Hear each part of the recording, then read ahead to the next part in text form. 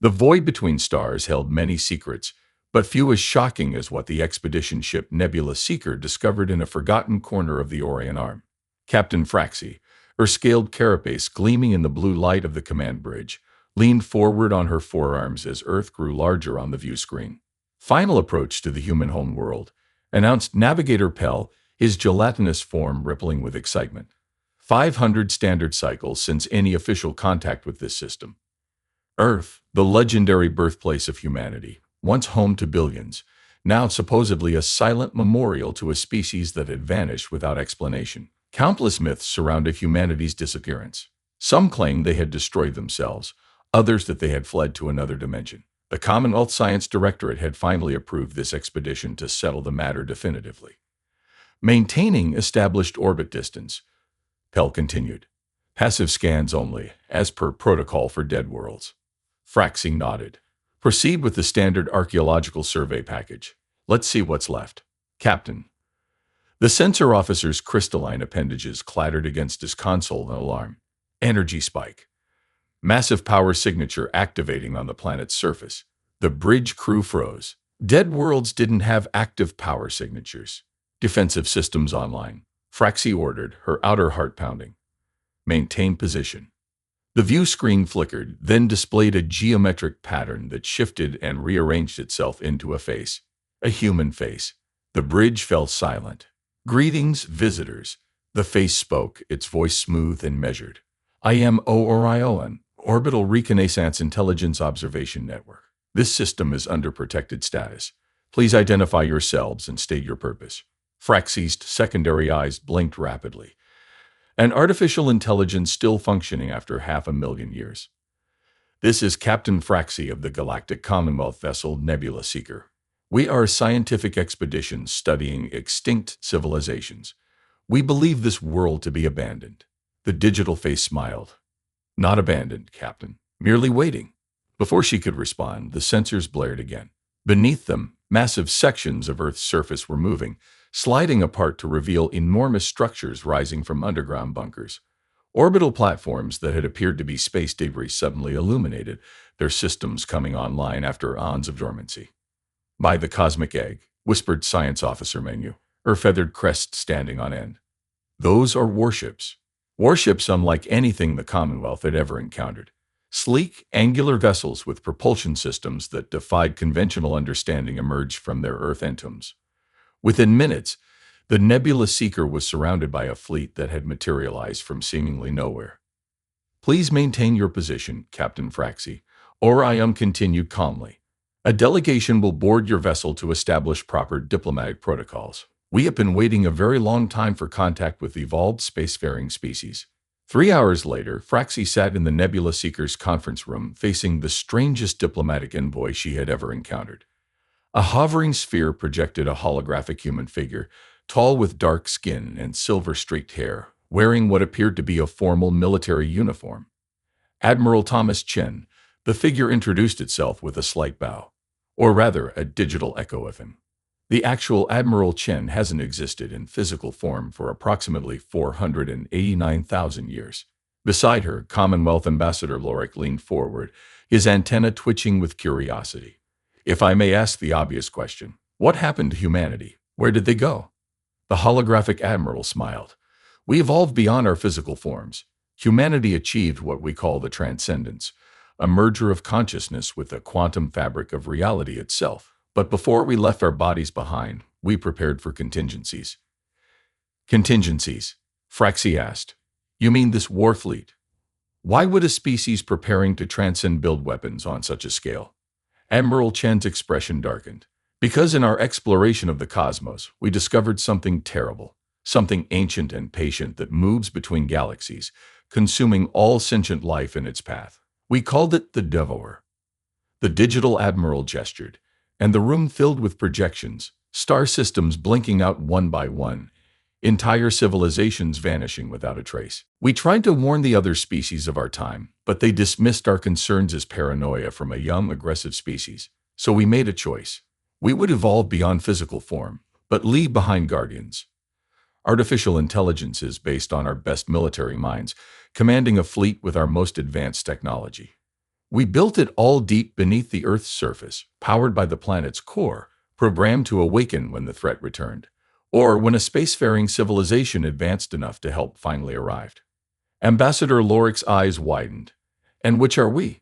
The help or the threat? That remains to be determined, Admiral Chen replied. But the timing is significant. Our long-range sensors have detected the first signs of the Devourer's approach to this galaxy. It will arrive within 50 standard years. The Commonwealth must decide, will you stand with humanity's legacy against what comes, or will you choose to face it alone? Fraxi felt a chill run through her carapace. 50 years was barely time to prepare. The Commonwealth included 87 species across 12,000 worlds, all potentially at risk. We need to contact the High Council immediately, she said. The next day, the Nebula Seeker's communication array was linked to Earth's ancient but vastly more powerful systems, establishing a direct quantum channel to the Commonwealth capital. The emergency session of the High Council was among the most contentious in recent memory. This must be a trap, argued Councillor Vex of the Soren Compact. A human weapon designed to trick us into giving them access to our worlds. If they wanted to destroy us, they could have done so already, countered Representative Ilara of the Luminal Collective. The technology we've observed exceeds our own by centuries, if not millennia.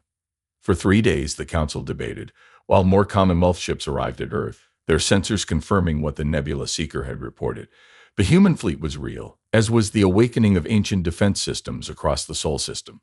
On the 4th day, Admiral Chen requested permission to address the Council directly. His holographic form appeared before the assembled leaders of the Commonwealth, dignified and resolute. Esteemed representatives of the Commonwealth, he began.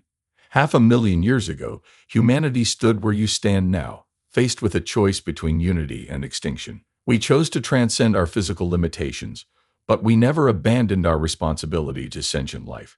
The fleet we left behind represents the pinnacle of human military engineering, designed specifically to combat the Devourer. The Admiral's projection gestured, and a new hologram appeared, a massive dark entity moving between stars, leaving only emptiness in its wake.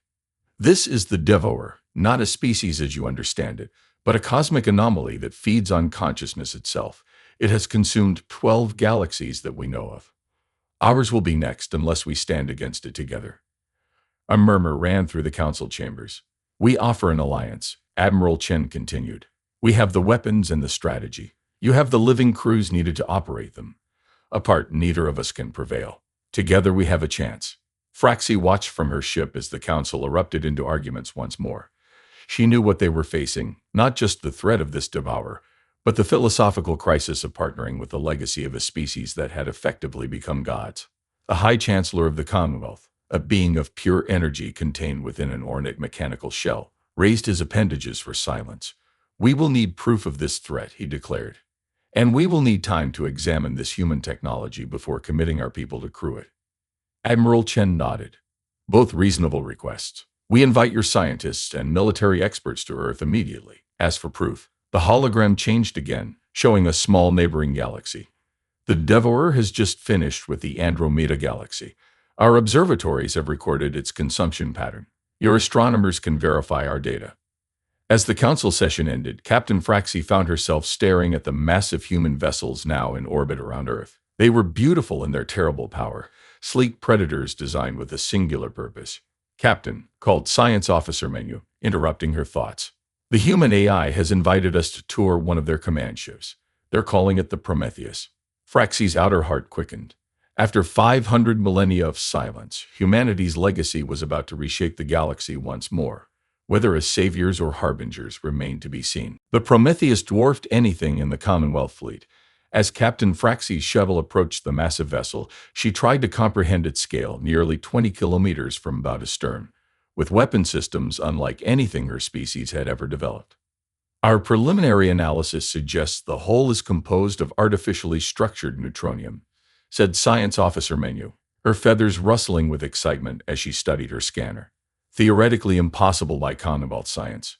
The shuttle passed through a shimmering energy field and settled in a cavernous docking bay.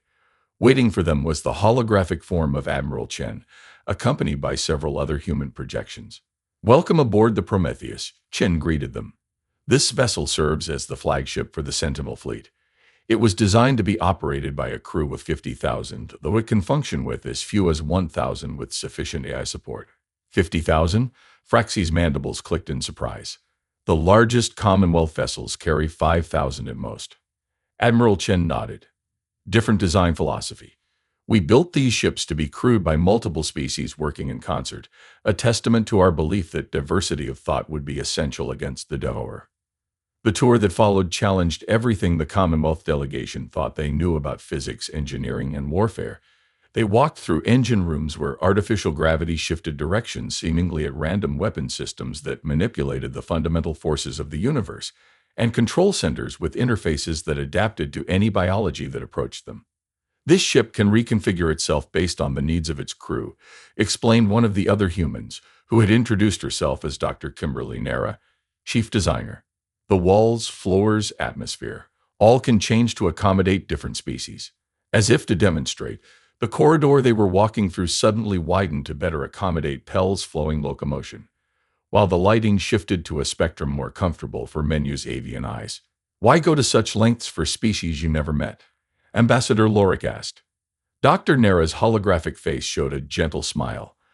Because we knew that if humanity transcended, the fight against the devourer would fall to whoever came after us. We wanted to give you every possible advantage. 3 months passed as Commonwealth scientists, engineers, and military experts swarmed over the human vessels, learning their systems and testing their capabilities. The High Council, convinced by astronomical observations that confirmed the approach of the devourer, voted to form an unprecedented alliance with humanity's digital legacy. The training of the first joint crews began immediately. Fraxie, promoted to fleet commander, found herself responsible for coordinating 87 different species who would operate the massive human warships.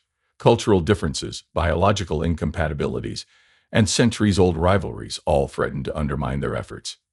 I don't know how to make this work, she confessed to Admiral Chen one evening, as they stood in the Prometheus's observation deck looking out at the assembled fleet. Some of these species were at war with each other within living memory. The Admiral's hologram nodded thoughtfully. Humanity faced the same challenge when we first reached for the stars.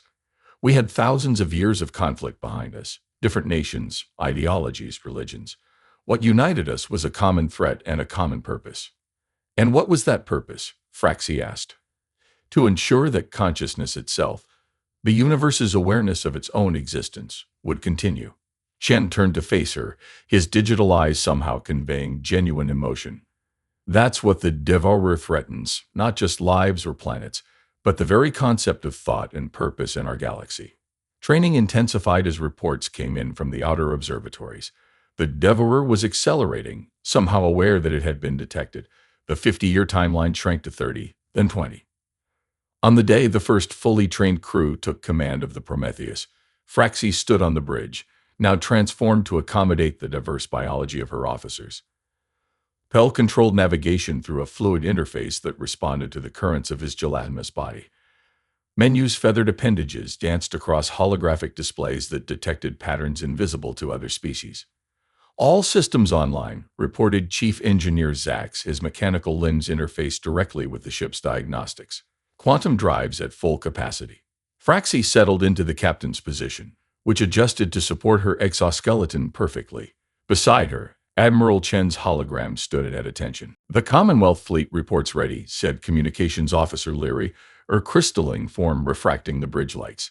All 200 human vessels are crewed and operational. Are we truly ready for this? Fraxie asked quietly, for Chen's ears only. The Admiral's expression was solemn. No one is ever truly ready to face extinction, Commander. But together we stand a better chance than either of us would alone. Fraxie nodded and straightened to her full height. Fleet command to all vessels. Commence synchronized quantum jump to the perimeter defense line. We meet the devourer at the edge of our galaxy, not in the heart of our worlds. As one, the massive fleet, ancient human warships crewed by the diverse species of the Commonwealth, vanished from Earth orbit in flashes of brilliant light, bound for the intergalactic void where the first battle would take place. The perimeter defense line was a series of artificial constructs left by humanity at the galaxy's edge, massive sensor arrays and automated weapon platforms designed to slow the devourer's approach. As the fleet arrived, they found the first platforms already engaged with the enemy.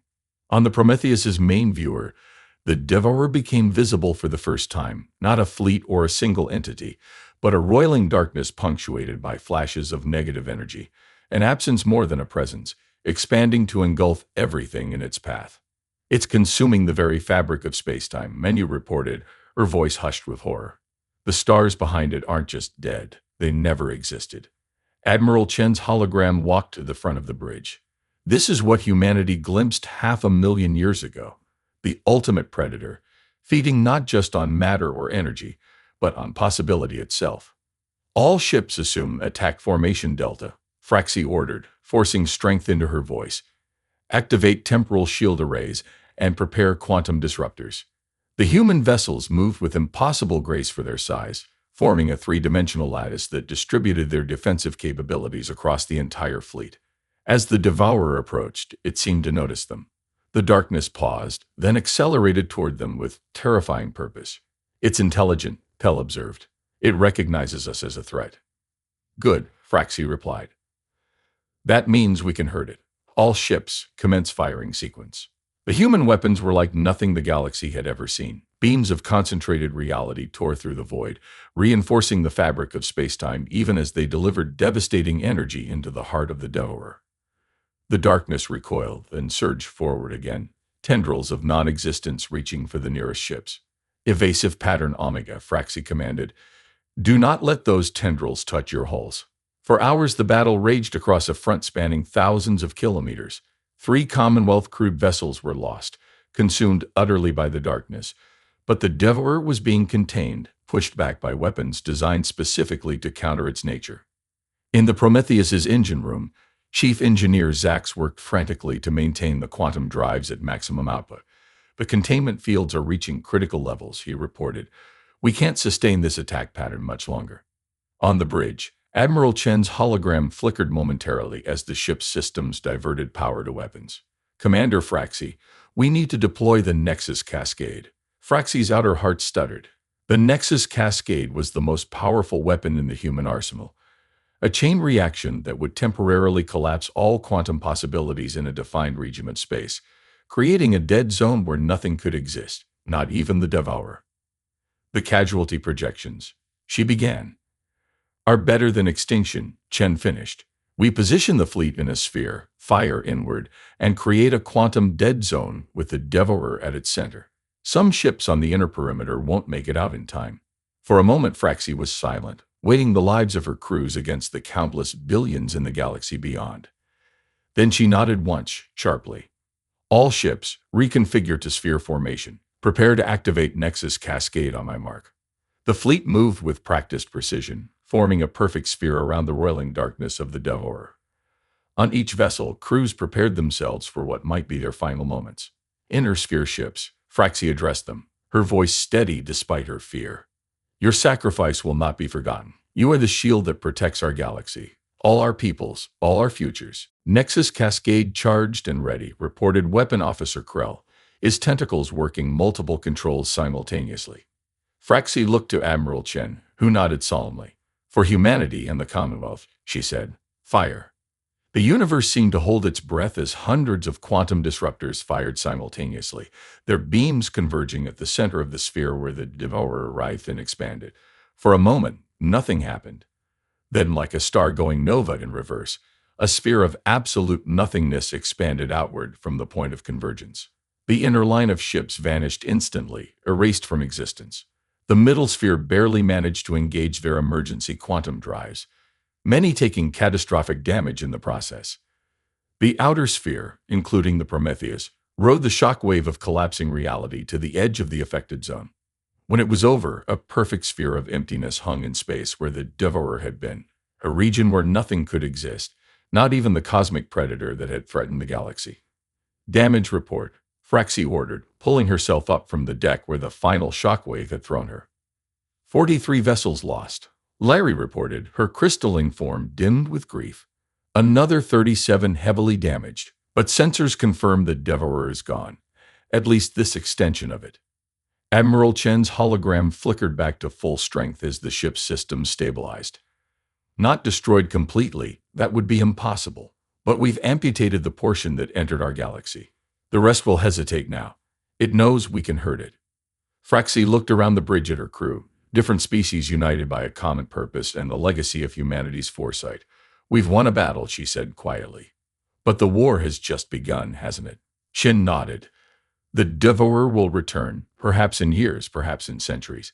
But when it does, the galaxy will be ready, not as separate species, but as inheritors of humanity's legacy and creators of your own. As the fleet regrouped and began the long journey home, Fraxi stood at the observation deck, watching the stars that had nearly been erased. Beside her, Admiral Chen's hologram gazed at the same view. What would they think?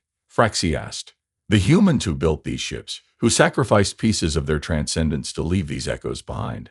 Shin smiled, a strangely human expression on a being made of light and memory.